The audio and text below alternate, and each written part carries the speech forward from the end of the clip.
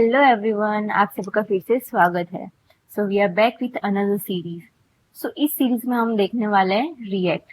React क्या है, क्यों यूज करते हैं, कैसे उसको इम्प्लीमेंट कर सकते हैं हमारे प्रोजेक्ट में। तो यही सब हम डिस्कस करने वाले through out the series. So first thing first, अगर हमें रिएक्ट स्टार्ट करना है तो हमें क्या आना चाहिए पहले से। तो पहले तो आपको जावास्क्रिप्ट के सारे कंसेप्ट का नॉलेज अच्छे से होना चाहिए कि जावास्क्रिप्ट में ऑब्जेक्ट कैसे वर्क करता है, क्लास, वो सब आपको अच्छे से कंसेप्ट पता होने चाहिए। तभी आप you can jump on to learning React. तो अगर आपको जावास्क्रिप्ट आता है then you are good to go. And अगर आपको नहीं आता है तो मैं यहाँ पे डिस्क्रिप्शन में उसकी लिंक ऐड कर दूंगी। हमने उस जावास्क्रिप्ट पे भी एक कोर्स बनाया है, तो मैं उसकी लिंक यहाँ पे डिस्क्रिप्शन में ऐड कर दूंगी, तो आप वो चेक कर सकते हैं and then you can come back here to learn React. Okay, so now let's start. Why React? React क्यों है, वो कैसे क्रिएट हुआ, तो हम वही डिस्कस करेंगे अभी। तो फर्स्ट, रिएक्ट एक फ्रंट एंड लाइब्रेरी है। Okay, now what's the difference between framework and library? Framework and library के बीच में डिफरेंस क्या होता है? So let me give one simple example कि आप कंसिडर कर सकते हो फ्रेमवर्क को एज अ स्कूल एंड हमारी लाइब्रेरी को एज अ होम। तो स्कूल में क्या होता है, हमारे कोई फिक्स रूल होते हैं कि हमें बैग्स यहाँ पे ही रखने हैं, हमारे जो शूज होता है वो यहाँ पे ही निकालना है, तो वो फिक्स रूल्स हो गए, उसको हम ब्रेक नहीं कर सकते। एंड लाइब्रेरी हमारा होम हो गया। होम में हम कहीं पे भी हमारा बैग रख सकते हैं, तो वहां पे एक फिक्स रूल्स नहीं होते हैं, वहां पे हम ब्रेक कर सकते हैं रूल। तो framework and library about rule. तो लाइब्रेरी में हमें ज्यादा फ्रीडम मिलती है कि फ्रेमवर्क में क्या होता है कि अगर आप कोई फाइल क्रिएट कर रहे हो तो उसका नाम, उसको कहाँ रखना है, वो एक फिक्स रूल होता है कि यहाँ पे ये होना चाहिए फाइल और इसका यही नाम होना चाहिए। अगर वो नहीं है तो वो वर्क नहीं करेगा, तो उसका फिक्स रूल हो गया फ्रेमवर्क में। और सेम वे में लाइब्रेरी में क्या होता है कि आपको ज्यादा फ्रीडम मिलती है, आप कुछ भी क्रिएट कर सकते हो, कोई भी फाइल क्रिएट कर सकते हैं। लेट्स से कि रिएक्ट में आप कोई मल्टीपल कंपोनेंट क्रिएट कर सकते हो, कस्टम कंपोनेंट क्रिएट कर सकते हो जिसको आप मल्टीपल टाइम यूज कर सकते हो। तो ये सारी फ्रीडम लाइब्रेरी में होती है। तो यही डिफरेंस होता है फ्रेमवर्क और लाइब्रेरी के बीच में, राइट? तो ये पता चल गया कि फ्रेमवर्क एंड लाइब्रेरी में क्या डिफरेंस है। तो रिएक्ट एक फ्रंट एंड लाइब्रेरी है। So let me tell you one interesting story कि रिएक्ट कैसे क्रिएट हुआ। तो एज वी ऑल नो कि रिएक्ट फेसबुक ने क्रिएट किया है।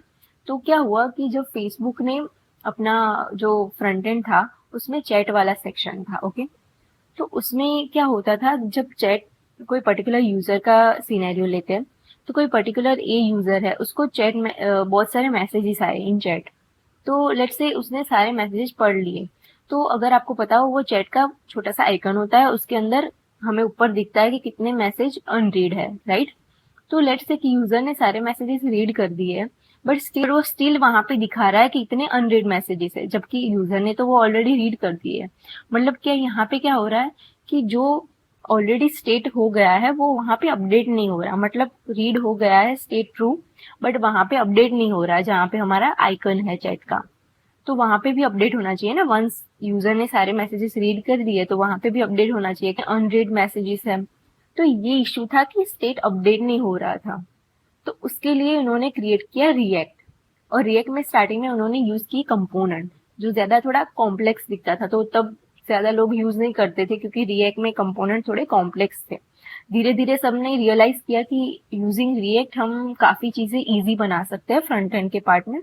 तो धीरे धीरे सबने यूज करना स्टार्ट किया। देन कंपोनेंट से हुक्स क्रिएट हुआ, जो हो गया बेसिकली हमारा फंक्शन कंपोनेंट। उसमें थोड़ा हुक्स ऐड करके वो स्टार्ट हुआ। तो अभी टोटली कंपोनेंट, क्लास कंपोनेंट हट गए और अभी सब मोस्टली हुक्स यूज करते हैं। तो ऐसे धीरे धीरे ये पॉपुलर हुआ रिएक्ट, एंड लोगों ने स्टार्ट किया यूज करने का। ओके, तो ये हो गया कि रिएक्ट क्या है और वो कैसे क्रिएट हुआ। ओके, नाउ आपको एक क्वेश्चन होगा कि अगर हमें फ्रंट एंड क्रिएट करना है तो वो तो हम जावास्क्रिप्ट से भी कर सकते हैं, राइट? तो रिएक्ट ही क्यों?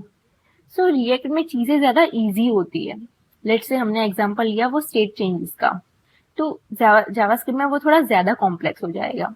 फ्रंट एंड को मैनेज करना, कंपोनेंट्स को मैनेज करना, तो वो यहाँ पे हमारी फ्रंट एंड लाइब्रेरी रिएक्ट में वो थोड़ा इजी हो जाएगा, क्योंकि इसमें बहुत सारी चीजें हैं, जैसे कि कंटेक्स्ट है जो पूरे हमारी रिएक्ट ऐप के स्टेट को मैनेज करते हैं एक जगह से। तो हम सारे चेंजेस एक दूसरे की कंपोनेंट में अपडेट कर सकते हैं विदाउट एक दूसरे को पास करके, वो हम आगे इसमें देखने वाले हैं सीरीज में को वो क्या है, कैसे वर्क करता है। बट ये जस्ट बेसिक थिंग है। रिएक्ट है ना, वो ज्यादा कॉम्प्लेक्स चीजों को इजी बनाता है। मतलब जावास्क्रिप्ट में भी वो सेम थिंग कर सकते हैं बट वो ज्यादा कॉम्प्लेक्स हो जाएगा, इसीलिए रिएक्ट हम यूज करते हैं ज्यादातर। ओके, नाउ नेक्स्ट हम देखेंगे कि इस सीरीज में हम कौन कौन से टॉपिक डिस्कस करने वाले हैं एंड सीखने वाले हैं। तो फर्स्ट हम देखेंगे installation and folder structure part. Okay, तो उसमें हम देखेंगे कि हमारा रिएक्ट हम कैसे सेटअप करेंगे, हमें क्या क्या इंस्टॉल करना है पैकेजेस, एंड हमारा फोल्डर स्ट्रक्चर कि हम जब पहले रिएक्ट क्रिएट ऐप करेंगे रिएक्ट की, तो उसमें फोल्डर स्ट्रक्चर कैसे रहेगा, कौन सी फाइल किसके लिए यूज होती है, हमारा एंट्री पॉइंट कौन सा है रिएक्ट ऐप का, तो ये सब इसमें डिस्कस करेंगे। देन सेकेंड है वर्चुअल डोम एंड फाइबर। अभी वर्चुअल डोम इतना यूज में नहीं है बट फिर स्टिल हम लर्न करेंगे कि अंदर जो कैसे वर्क करता है रिएक्ट ऐप में। ओके, देन है फाइबर, वो भी सेम वे लाइक वर्चुअल डोम, वो कैसे अपडेट होते हैं डॉक्यूमेंट एलिमेंट, वो सब देखेंगे। देन है हमारा जावास्क्रिप्ट एक्सएमएल जो है JSX, जो हम कंपोनेंट में लिखेंगे हमारे फ्रंट एंड के लिए, जो बेसिकली हमारा फ्रंट एंड क्रिएट करेगा।